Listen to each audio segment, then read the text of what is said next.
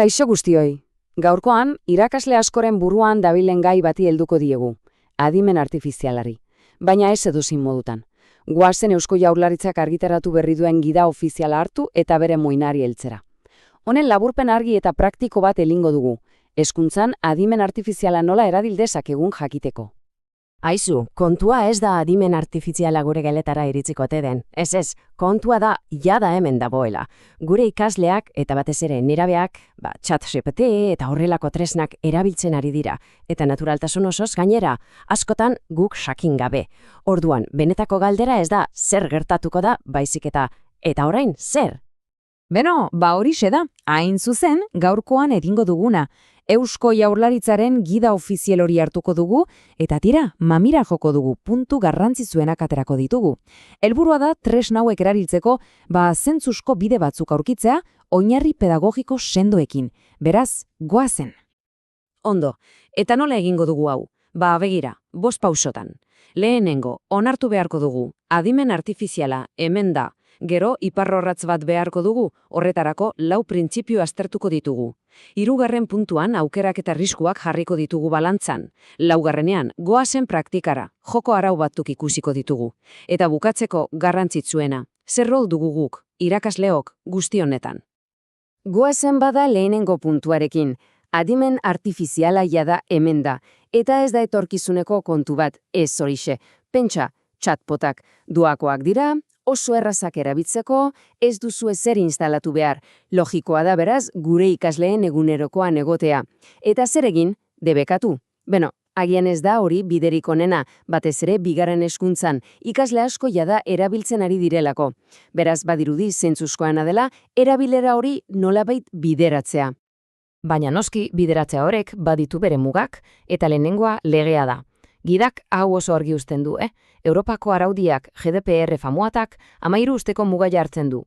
Hemen, Espainian, 13 urtekoa da. Eta kontuz, tresna bakoitzak bere baldintzak izan ditzake. Beraz, zer esan nahi du honek praktikan? Gomendioa nahiko argia da. Lehen hezkuntzan, irakasleak bakarrik erabiliko du. Bere lana errazteko, adibidez, ikasleek ez. Bigarren hezkuntzan aldiz, DBH-ko 3. mailatik aurrera, erabilera gainbegiratu bat proposatzen da. Zergatik, errealitateari aurre egiteko, askok sada beren kabuz erabiltzen dutelako. Ondo, orain badakigu zein denegoena, baina nola hartu erabakiak egunez egun. Horretarako gidak iparrorratz moduko bat eskaintzen digu. 4 printzipio dira, zalantza dugunean bidean markatzen lagunduko digutenak. Lehenengoa, eta nere ustez garrantzitsuena. Ikaslearen hazkundea beti erdigunean. Hau da, teknologiak ikasleari lagundu behar dio, ez alderantziz. Gidak ematen duen adibidea oso argia da. Pentsa, testu bat laburtzea, badakigu ikasteko estrategia bikaina dela, ezta? Adimen artifizialak klik batean egiten dizu, baina zer galtzen dugu bidean? Prozesu kognitibo hori guztia hain justu. Beraz, galdera giltzarria beti da, erabilera honek benetan laguntzen aldio ikasleari hasten? Bigarren printzipioa aurrez aurreko elkarrekintza zaindu behar dugu. Ikastetxeak, azken finean, pertsonen arteko topaguneak dira, ez da? Bertan ikasten dugu elkarrekin bizitzen, empatia lantzen, gatazka kudeatzen, eta teknologia berri batekiko lilurak ezin du hori bigarren maila batean utzi. Begira zein den paradoxa. Adimen artifizialak lan mekanikoak kentzen badizkigu, agian denbora gehiago izango dugu ikasleekin egoteko, benetan garrantzitsua den horretarako. Hori bailitzatekela helbur polita. 3. hau funtsezkoa da, gizakiak hiribilean, edo ingelesez esaten den bezala, human in the loop. Zer esan nahi du honek? Oso simplea da.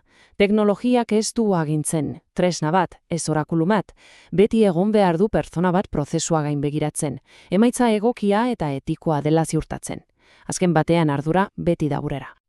Eta ideia hori azaltzeko, gidak metafora txoragarri bat erabiltzen du. Hau da, adimen artifiziala gure kopilotua da. Eta pertsona, irakaslea, gidaria da. Kopilotuak lagundu dezake, noski ideiak eman, bideak proposatu, lana arindu, baina volantea, norabidea, azken erabakia, hori beti gidarien esku dago. Eta 4. printzipioak, normalena jasturiten zaigun zerbait heltzen dio, jasangarritasunari. Izan ere, teknologia hauek ez dira magikoak. Atzean, energia, ur eta mineral kantitate izugarriak daude. Eredu hauek entrenatzea eta erabiltzea oso garestia da ingurumenarentzat. Horregatik gidak esaten digu, erabili modu kontzientean, neurriz eta ez ahaztu teknologiarik gabeko jarduerek duten balioaz. Ondo, printzipioak argi ditugu. Goazen orain txamponaren bi aldeak ikustera. Aukerak eta arriskuak, gidak oso ondo azaltzen duenez, adimen artifiziala berez ez da ez ona ez txarra. Tresna bat da, baina oso tresna indartsua. Eta horrek esan nahi du, aukera handiak eskaintzen dituela, baina baita arriskun nabarmenak ere. Eta hemen ikusten dugu kontrastea, oso argi. Irakasleontzat aukerak, begibistakoak dura. Pentsa, materialak sortzen laguntzea, lan administratiboa arintzea, edo sormenak trabatuta daukagunean ideiak eskatzea. Baina, eta ikasleentzat, hor arriskoak ele agertzen dira. Batetik, aheleginik egin gabe ikasten ari direlako ilusio falsu hori. Bestetik, gidak sedentarismo kognitiboa deitzen diona. Hau da, pentsatzeko alferkeria.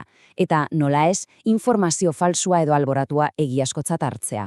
Horri gehietzen badiogu pribatasunaren eta enpresa hondikioko menpekotasunaren arazoa, kontu zibili beharra dago. Eta informazio okerroren arriskua sari garela, begira adibide hau.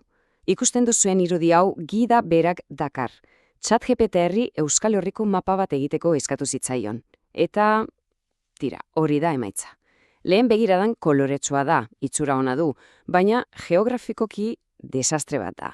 Nafarroa eta Araban, astuta, Bizkaiaren forma arraroa, honek oso argi irakusten digu ezin garela itxu-itxuan fidatu. Gure begirada kritikoa, gure gain begiratzea, ezinbestekoa da beti. Ondo, orain arte teoria. Printzipioz, arriskuak, baina goazen praktikara, zatirik interesgarrienera. Nola erabildezakegu hau guztia modu eraginkor eta seguru batean gure ikasgelan? Ikus dezagun gidak zer proposatzen digun. Hasteko, nola lan egin beharko lukete ikaslek adimen artifizialarekin? Gidak analogia oso potente bat proposatzen du. Xake jokalari profesionalek nola entrenatzen duten. Pentsa, haiek adimen artifiziala erabiltzen dute etxean, entrenatzeko, mugimenduak aztertzeko. Baina gero, txapelketan, taula aurrean bakarik daude, teknologiarik gabe. Ikusten duzue paralelismoa. Ikus dezagun nola aplikatzen den hori 3 urratzeko prozesu batean. Hemen daukatzue prozesua. 3 fase. Eta begiratu ondo, gakoa da lehenengo eta azkena, gabe egitea. Lehenengo fasean ikasleak bakarrik pentsatzen du. Zer dakit honi buruz, zein dira nire ideiak? Gero, bigarren fasean bai, arekin lan egiten du, kopilotuarekin. Informazioa bilatu, ideia kontrastatu, baina eta hau da garrantzitsuena. 3. fasean, berriro ere pantaila itzali, eta ikasleak bakarrik hausnartzen du. Zer ikasi dut? Nola aldatu da nire ikuspegia? Ikaskuntza hor gertatzen da. Bale, eta nola hitz egin makinarekin emaitza onak lortzeko? Prompt onak edo agindu onak ematen ikasiz. Hau da, irakasleontzako formula magikoa 5 urratsetan. Funtsean, zenbat eta testu inguru gehiago eman, asko sobea izango da erantzuna. Pentsa, ez da gauza bera esatea, eman musikatresnak egiteko ideiak. Eta esatea, begira, lehen hezkuntzako musika irakaslea naiz, neuri urteko ikasleak ditut, eta ordubetean, material birtziklatuekin eraikitzeko 3 prototipo behar ditut. Helburua izanik, sormena eta talde lana garratzea. Aldea, abismala da. Eta ikasleentzat zer, gidak kontrol zerrenda edo checklist oso praktiko bat ere proposatzen du. Hau eman diezaikegu tresna erabiltzen dutenean, funtsean, beren buruari galdera batzuk egitea da kontua. Adibidez, aizu, hau kopiatu eta itxasti besterik ez dut egin ala benetan ulertu dut. Gai naiz testuari begiratu gabe azaltzeko, informazio hau egiaztatu dut beste nonbait, horrelako galdera simpleek izugarri laguntzen dute pentsamendu kritikoa eta zintzotasun akademikoa lantzen. Eta honekin guztiarekin iristen gara azken atalera. Dena lotzen duen ideiara. Azken finean, gidaren mezu nagusia berresten du. Teknologia tresna bat da. Bai, baina irakaslearen rola inoiz baino garrantzitsuagoa bihurtu da. Eta ideia hori laburbiltzeko, gidak John Dewey pedagogoaren esaldi bikain bat jasotzen du. Gogoratzen zarete xakelarien irurratzesko prozesuaz, batez ere azken urratsorretaz, teknologiari gabeko hausnarketaz, horixe da gakoa. Duik zion bezala ez dugu esperientziatik ikasten, esperientzia hori buruz hausnartzetik baizik, hori da benetako ikaskuntza. Eta gure lana, irakasle ona, hausnarketa hori probokatzea da, horretarako espazioak sortzea. Beraz, Eta hau da eraman beharreko ideia nagusia, adimen artifiziala gure geletan sortzeak ez gaitu gutxiago beharrezko bihurtzen, guztiz alderantziz. Orain, inoiz baino gehiago behar da gure gaitasun kritikoa, gure testuinguru pedagogikoa, eta batez ere, ikasleekin sortzen dugun giza konexio hori. Teknologia kopilotu bikaina izan daiteke, baina gidaria zuzara, gidaria irakaslea da.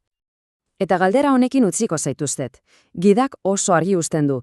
Tresna honek ez du irakasle on bat ordezkatuko. Baina nola erabiliko dugu guk, irakasle hobeak izateko? Ez da beldurrez jokatzeko garaia, ez da debekatzeko ere. Hausnartzeko eta estrategia onak pentsatzeko garaia da. Tresna berri honek ez gaitu ordezkatuko, ez, baina gure lana aldatuko du, seguru. Orduan, galdera irean geratzen da, nola aprobetzatuko dugu gure lana are eta hobeto egiteko, hori da erronka. Eskerrik asko entzuteagatik eta hurrengora arte.